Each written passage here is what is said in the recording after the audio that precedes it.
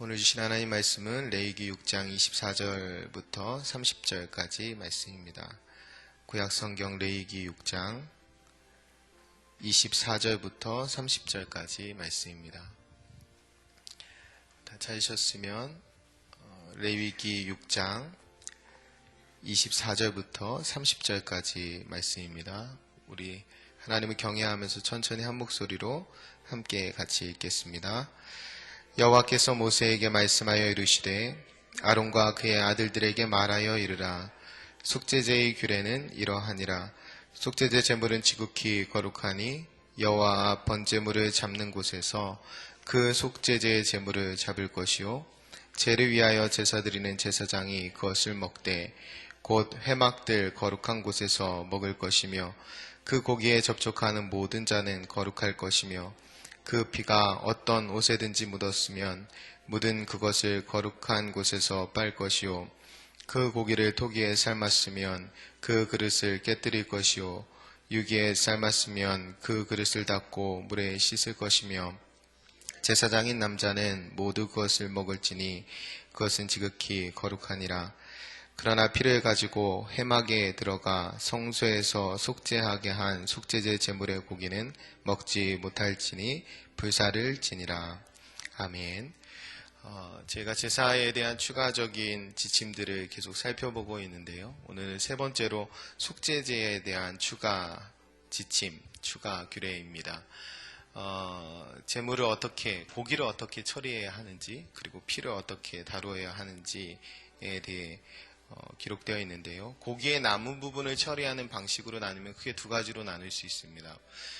남은 고기를 먹는 속죄제와 그리고 남은 고기를 전부 태우는 속죄제, 이렇게 두 가지로 나눌 수 있습니다. 24절부터 29절까지는 먹는 속죄제에 대해 이야기한다면 30절에서는 태우는 속죄제에 대해서 이야기합니다. 다소 가벼운 죄가 처리된 후에는 그 처리를 위해 드려진 정결 제물의 남은 고기는 회막, 거룩한 곳에서 제사장이 그 회막들 안에서 먹었습니다. 그런데 죄가 심각해서 그 짐승의 피를 마당의 제단이 아닌 성소 안에, 내성소 안에 가지고 들어가서 향단에 뿌리고 나면 그 고기는 반드시 진영 밖으로 가지고 나가서 소각해야 했습니다. 태워야 했다는 거예요. 제사장을 위해서 드려진 속죄가 대표적으로 이랬습니다. 더 심각한 죄의 문제, 더 중요한 사람의 죄의 문제를 해결한 경우에 속죄 짐승은 속죄를 위해 드려진 그 정결 제물은 죄에 더 많이 오염됐다라고 생각해서 그것을 먹을 수 없었던 것입니다. 우리가 여기에서 깨달을 수 있는 것은 죄가 얼마나 철저히 그리고 구체적으로 다루어졌는지, 하나님이 죄를 얼마나 철저히 구체적으로 다루기를 원하셨는지를 우리가 볼 수 있습니다. 그것을 깨달을 수 있는 거예요. 레위기 내내 그렇습니다. 하나님이 죄에 대해서 반드시 책임을 요구하시고 그 죄에 각각 하나님이 구체적으로 철저하게 다루어지고 처리되는 것을 하나님은 원하십니다. 죄는요, 두루뭉실하게 얼렁뚱땅하게 이렇게 넘어갈 수 있는 것이 아닙니다. 하나하나 드러내고 정확히 짚고 따져보고 그것을 처리하고 해결하고 넘어가야 되는 거예요. 특히 많은 사람들을 책임지는 리더자의 죄라면 더더욱 그렇습니다. 왕같은 제사장으로 부름받은 그리스도인의 죄라면 오늘날 더더욱 그렇습니다. 심각한 죄일수록 더 철저하게 처리되어야 되는 거예요. 심각한 죄일수록 내성소, 지성소 안으로 더 가까이 나아가야 됐습니다. 각각 처리가 달랐다는 거예요. 우리가 흔히 죄인을 향해 돌 던지지 말라고 말을 많이 합니다.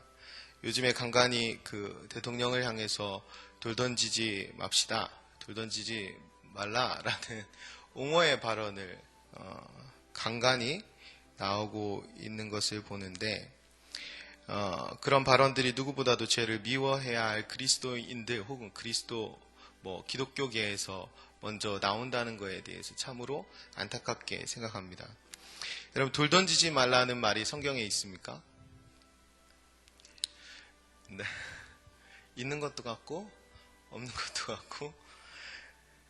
성경에 어디에 돌 던지지 말라는 말이 있습니까? 정확히 말하면 성경에 돌로 치라는 말은 있어도 돌 던지지 말라는 말은 없습니다. 그래서 성경을 우리가 정확히 읽을 수 있어야 하는데, 요한복음 8장에 보면 현장에서 가늠하다 잡혀온 여인이 있었죠. 그래서 그를 향해서 돌을 던져서 그를 쳐 죽이려는 모세의 율법에 따라 가늠한 여자를 쳐 죽이려는 무리들이 있었습니다. 그 무리들을 향해서 예수님이 이렇게 말씀하시죠. 요한복음 8장 7절인데요. 너희 중에 죄 없는 자가 먼저 돌로 치라 라고 하셨습니다. 이 말씀은요, 돌을 던져라 혹은 돌을 던지지 말라 라는 말이 아니라 네 자신들을 먼저 돌아보라 라는 말입니다. 네 속에 있는 양심의 소리를 들어라. 네 자신을 먼저 성찰해라 라는 말이었어요. 현장에서 현장에서 가늠하다 잡혀온 여자 아닙니까? 그런데 그 현장에서 가늠했던 남자는 어디 두고 힘없는 여자만 잡아와서 그를 둘러서 돌을 던지려고 하는 그 남자들의 무리들을 향해서, 그 기득권층의 남자들을 향해서 예수 그리스도께서 그들의 양심을 책망하신 거예요. 그때 실제로 이들이 예수님의 말씀을 듣고 성경에 무엇라고 기록되어 있냐면 양심의 가책을 느껴 다 돌아갔다라고 기록되어 있습니다. 그러니까 이 속내용을 들여다보면 양심의 가책을 전혀 느끼지 못하는 무리들을 향해서 양심의 가책을 전혀 느끼지 못하고 돌을 들어 치려고 하는 그 무리들을 향해서 예수님이 너희들 자신의 죄를 먼저 돌아보라 라고 돌직구를 던지신 거예요. 그 말에 그들이 양심의 가책을 느끼고 돌을 내려놓고 돌아가게 되는 거죠. 여러분, 어떤 식으로든 우리가 죄를 용납해서는 안 됩니다. 어떤 식으로든 우리가 처리되지 않은 죄를 옹호해서는 안 돼요. 죄를 은근슬쩍 넘어가려고 해서도 안 됩니다.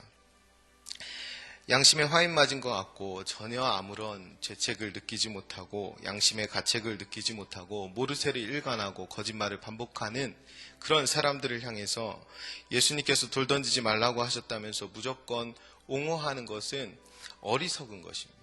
그것은 무식한 거예요. 그것은 어쩌면 무책임한 것입니다. 여러분, 성경에 보면 기름 부음 받은 자들, 대표적으로 왕, 제사장, 예언자들이 잘못했을 때에는 엄청난 비판이 따랐습니다. 신랄하게 비난했다는 거예요. 구약 선지자들이 한 일이 뭡니까? 구약에 등장하는 선지자들이 한 일은 권력을 향해서 그야말로 돌직구를 던지는 일들을 구약의 선지자들이 했습니다. 신약에는요, 예수님께서 세례 요한, 예언된 선지자라 했던 그 세례 요한을 향해서 여자가 낳은 자 중에 가장 큰 자라고 칭찬하십니다. 이 세례 요한이 어떻게 죽습니까? 그 당시 헤롯 왕을 향해서 왕이 지금 왕의 동생의 여자를 취하는 것이 옳지 않다라고 돌직구를 던져요. 그래서 목베임 당해서 죽습니다. 우리가 죄를 너무 쉽게 옹호하면 안 됩니다. 우리가 적어도 돌 던지지 맙시다 이런 얘기를 아무 생각 없이 해서는 안 되는 거예요. 그것은 무식하고 무책임한 것입니다.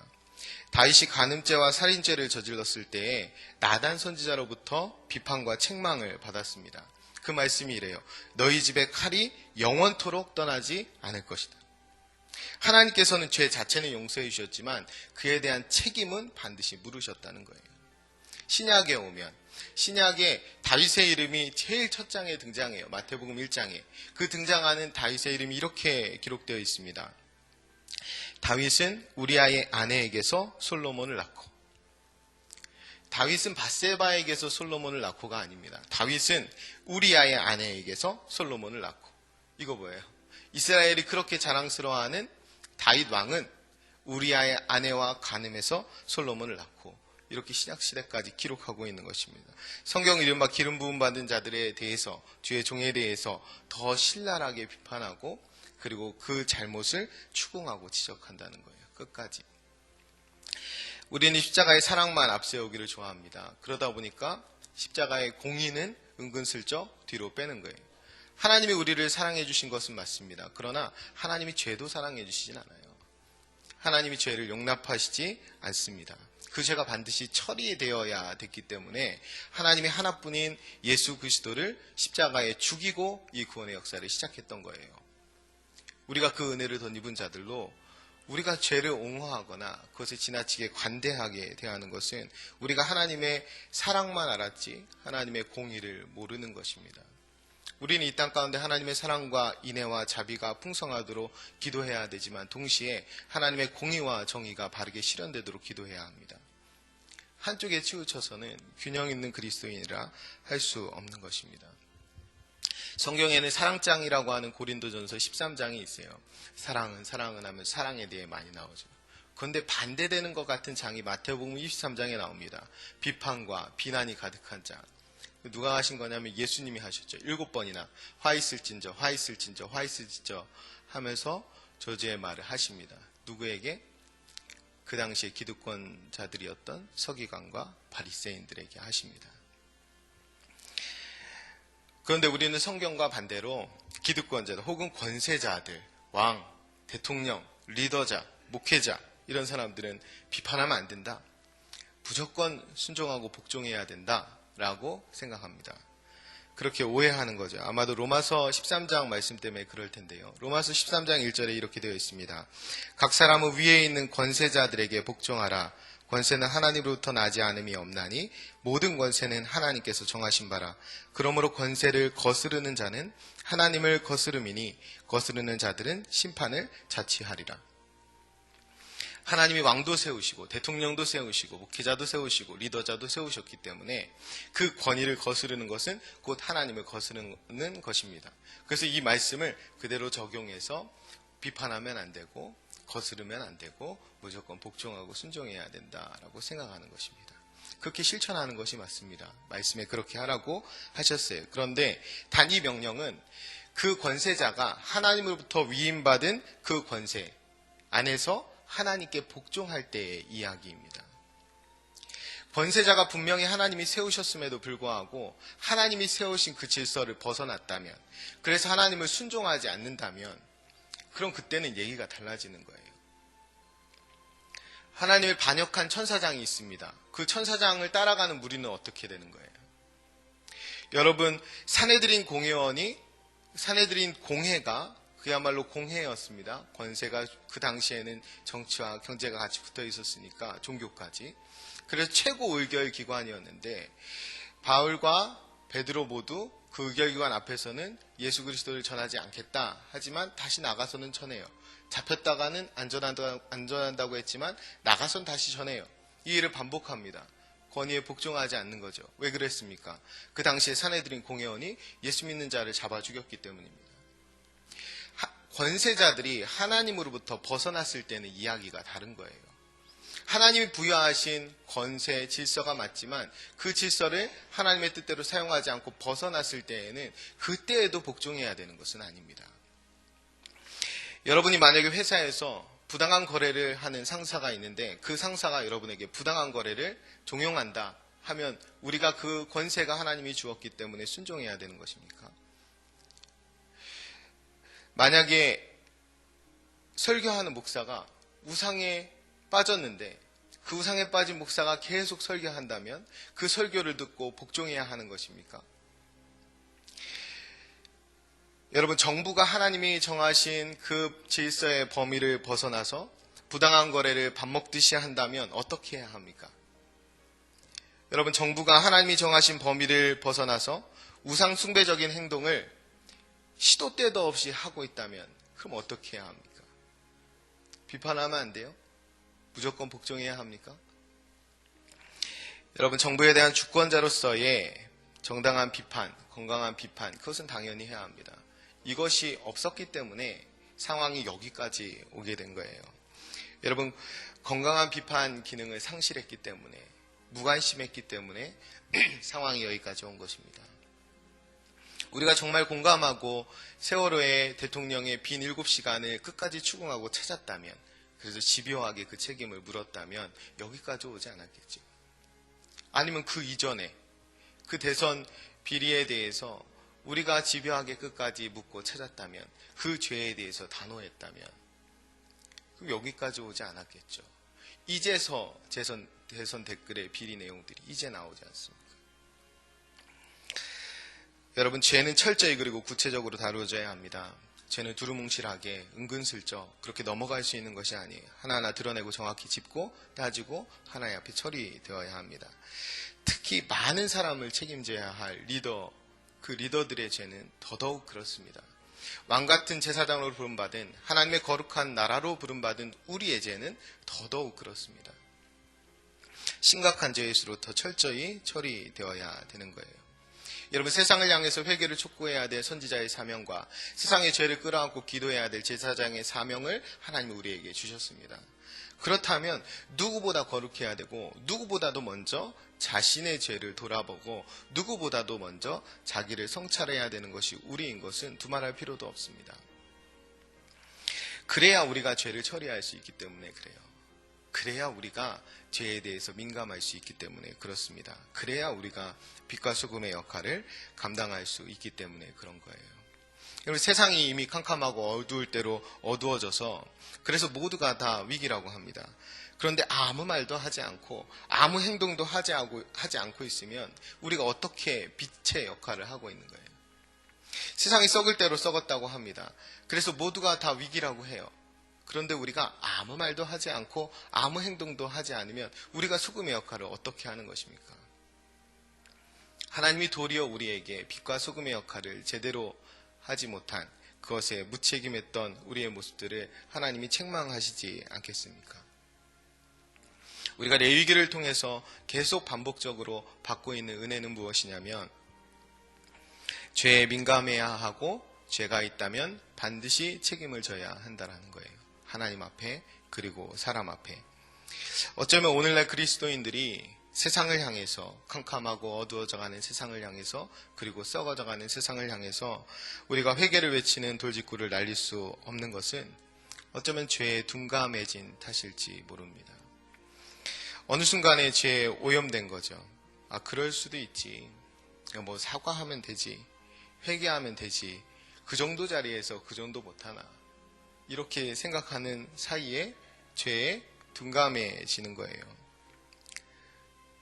무조건 권위에 순종하고 복종한다는 그 태도가 모든 잘못을 그냥 윗사람에게 떠넘기고 책임을 회피하는 사이에 돌직구를 던질 자격조차 상실하는 것입니다.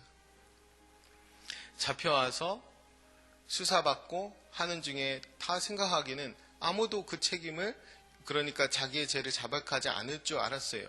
그런데 이 사람들의 공통점이 있습니다. 다 대통령이 시켰습니다. 이렇게 얘기했어요. 어쩌면은 권위에 복종하는 대신 그 모든 책임을 권위자에게 올려보냈던 그 습성들이 남아서 그런 건 아닌가 생각합니다. 여러분, 너도 나도 대박을 쫓는 사이에 정직과 공의와 긍휼과 자비와 진실들은 다 잃어버렸어요. 어젠가에 차은태 씨가 들어왔죠. 어제 그젠가요. 4대째 기독교인 가정이라고 하죠. 그 CF 감독으로 더 유명했었고 CF를 600편인가 넘게 찍은 굉장히 유명한 감독입니다. 그래서 새롭게 하소서라는 TV 간증 프로에도 나와서 솔로몬처럼 지혜를 달라고 하나님 앞에 기도했고 크게 쓰임받도록 해달라고 기도했다라고 했어요. 무엇을 쫓아간 겁니까? 그냥 대박을 쫓아간 거 아니에요. 우리가 하나님이 우리에게 주신 바라봐야 될 땅은 큰 성 바벨론이 아니라 거룩한 성 예루살렘입니다. 우리가 이 땅에 살아가는 것은 대박을 쫓으면서 살아가는 것이 아니라 하나님의 거룩을 이뤄드리면서 살아가는 거예요. 그래서 거룩에 힘써야 하고 죄에 단호해야 합니다. 오늘 본문에 보면 속죄제에 피가 묻으면 닦아내고 옷을 빨아야 됐어요. 여러분, 레위기 4장에 보면 이 속죄제를 처리하는 부분이 나오는데 그때 이 피를 어떻게 하냐면 손으로 찍어서 7번을 뿌리기도 하고 전체를 붓기도 합니다. 그러니까 여러분 상상을 해보세요. 세마포 긴 옷을 제사장이 입고 제사장의 복장을 갖추고 그 피를 뿌리기도 하고 붓기도 합니다. 그런데 오늘 규정에서 보면 그 피가 옷에 묻으면 빨아야 돼요. 그러면 이것이 얼마나 조심스러운 일이에요. 피를 흩뿌리고 피를 부어야 되는데 그 피가 튀어서 옷에 묻으면 옷을 빨아야 돼요. 그러니까 굉장히 피 한 방울이라도 내 옷에 튀지 않도록 이 속죄제를 드리는 동안에 제사장이 주의하고 또 주의하고 심혈을 기울여야 됐던 거예요. 그러니까 성과 속, 거룩한 것과 거룩하지 않은 것이 섞이지 않도록 그 구별됨을 유지하기 위해서 주의하고 또 주의해야 했던 거예요. 여러분, 세상의 죄를 다루는 일은 쉬운 일이 아닙니다. 그 일은 어려운 일이에요. 조심하고 또 조심하고 주의를 기울여야 합니다. 우리가 연일 나라 전반에 계속되고 있는 그 죄악들이 폭로되고 다시 보도되고 하는 것들을 우리가 목도하고 있는데, 우리가 이럴 때일수록 우리는 세상의 죄를 끌어안고 기도해야 할, 그 죄를 처리해야 할 제사장으로서 매우 주의해야 합니다. 매우 조심해야 하는 거예요. 만연된 죄악에 물들지 않도록, 뭐 다 그럴 수 있지, 이런 마음이 들지 않도록 조심해야 하는 거예요. 더 구별되기 위해서, 더 그리스도인다워지기 위해서 더 성결에 힘써야 하는 것입니다. 또한 자칫 분별하고 비판하는 것이 비난으로 흐르지 않도록 주의해야 합니다. 죄를 처리하다가 죄를 짓는 일이 없도록 조심해야 하는 거예요. 우리가 죄에 대해서 단호함을 유지하다가 도리어 그것이 죄인에 대해서 매정함으로 흐르지 않도록, 미움으로 흐르지 않도록 또 주의하고 주의해야 합니다. 죄를 처리하다가, 죄를 들고 하나님 앞에 나아가다가 도리어 죄를 짓는 일이 없도록 조심해야 하는 거예요. 지금이 그렇게 조심하고 또 조심해야 할 때입니다. 그러나 분명한 것은 죄는 반드시 처리돼야 된다는 거예요. 하나님 앞에, 사람 앞에. 그래서 우리가 그 죄악된 세상 가운데에서 빛과 소금의 역할을 신실하게 감당해야 하는 것입니다. 먼저 스스로를 돌아보고 성찰하고 세상을 향해서 선지자와 제사장의 사명을 감당할 수 있도록 그렇게 거룩하게 구별된 한날의 삶을 하나님 앞에 신실하게 살아드리는 저와 여러분 모두가 되었으면 좋겠습니다. 기도하겠습니다. 거룩하고 존귀하신 아버지 하나님, 이 아침에 거룩하신 하나님 앞에서 우리가 생명의 말씀을 통해 죄는 철저히 그리고 구체적으로 다루어져야 됨을 깨닫게 하시니 감사합니다. 우리가 죄로 옹호하거나 그 죄를 은근슬쩍 넘어가거나 혹은 다 그렇지 하면서 그 죄에서 무감각해지지 않도록 하나님 말씀하신 대로 심각한 죄일수록 더 철저히 처리되어야 함을, 또 리더자의 죄일수록 더 그래야 함을, 그리고 왕같은 제사장으로 부름받은 우리의 죄일수록 더 그래야 함을 깨닫게 하옵소서. 죄에 철저하게 하시고 죄에 단호하게 하시고, 오늘 말씀대로 정말로 죄악이 만연한 세상 가운데 저희들 있지만 그 죄를 끌어안고 기도하고 그 죄에 대해서 회개를 촉구할 때에 우리가 주의하고 또 조심하고 또 주의하고 조심할 수 있도록 인도하여 주옵소서. 죄악들을 향한 분별과 비판이 비난으로 흐르지 않도록 도와주시고, 죄에 대한 단호함이 죄인에 대한 매정함 혹은 미움으로 나아가지 않도록 조심하고 또 조심하는 저희들 되게 하옵소서. 그러나 죄는 반드시 처리되어야 함을 잊지 않게 하시고, 이 땅 가운데 빛과 소금의 역할, 또 선지자와 제사장의 역할을 넉넉히 감당하는 저희 모두가 될 수 있도록 거룩한 성령께서 오늘 하루 함께하고 동행해 주시고 인도하여 주옵소서. 감사합니다. 주님, 예수님의 이름으로 기도합니다. 아멘. 오늘은 말씀 삶 공동체에 대한 공동기도문을 함께 교독하며 기도하겠습니다. 말씀과 삶이 어우러져야 참된 부흥이 일어나는 것을 믿습니다. 우리 허물과 연약함을 겸허하게 고백하며 말씀을 사모합니다. 진리의 말씀 성경에 약속된 하나님의 부흥을 기다립니다.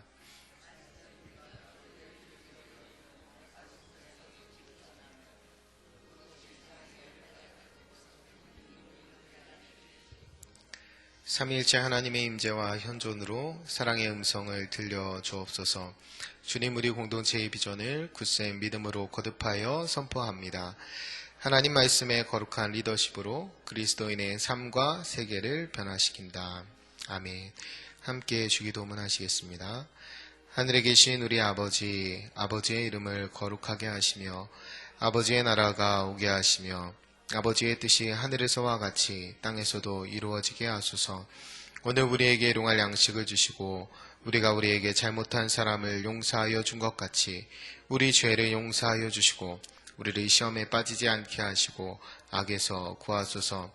나라와 권능과 영광이 영원히 아버지의 것입니다. 아멘.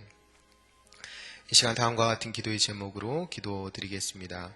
지금 들은 말씀이 내 삶으로 이어지게 하옵소서. 전도 폭발 10기 훈련과 제자반 4기 훈련을 성령께서 주장하여 주옵소서. 이번 주 토요일 열리는 여디디아 여성 중창단 가을음악회가 잘 준비되게 하옵소서. 이번 주 2부 예배 시에 진행되는 마이크카드 찬양 콘서트에 큰 은혜를 주옵소서. 한국교회가 세상의 회개를 촉구하는 선지자적 사명과 함께 민족의 죄를 끌어안고 기도하는 제사장의 직무를 잘 감당하게 하옵소서. 위기 가운데 있는 나라와 민족을 긍휼히 여겨 주옵소서. 철저한 수사와 진상규명이 이루어지게 하옵소서. 기준과 원칙이 바로 세워지게 하옵소서. 정치권과 언론이 반성하고 새로운 역할을 정립하며 국정이 안정되게 하옵소서. 수능 및 취업 승진 각종 시험을 준비하는 자녀들에게 지혜와 명철을 더하여 주시도록 기도하시되 수능과 또 취업 샌드 명단을 보시고 이름 불러가며 한 명 한 명 마음을 모아 기도해 주시면 감사하겠습니다. 공동 기도문의 기도 제목과 여러분 각자의 기도 제목에 따라 기도하시다가 삶의 자리로 나아가시겠습니다. 기도합니다. 거룩하고 존귀하신 아버지 하나님 감사합니다. 하나님의 기준이 된 가운데 주님을 불러주시고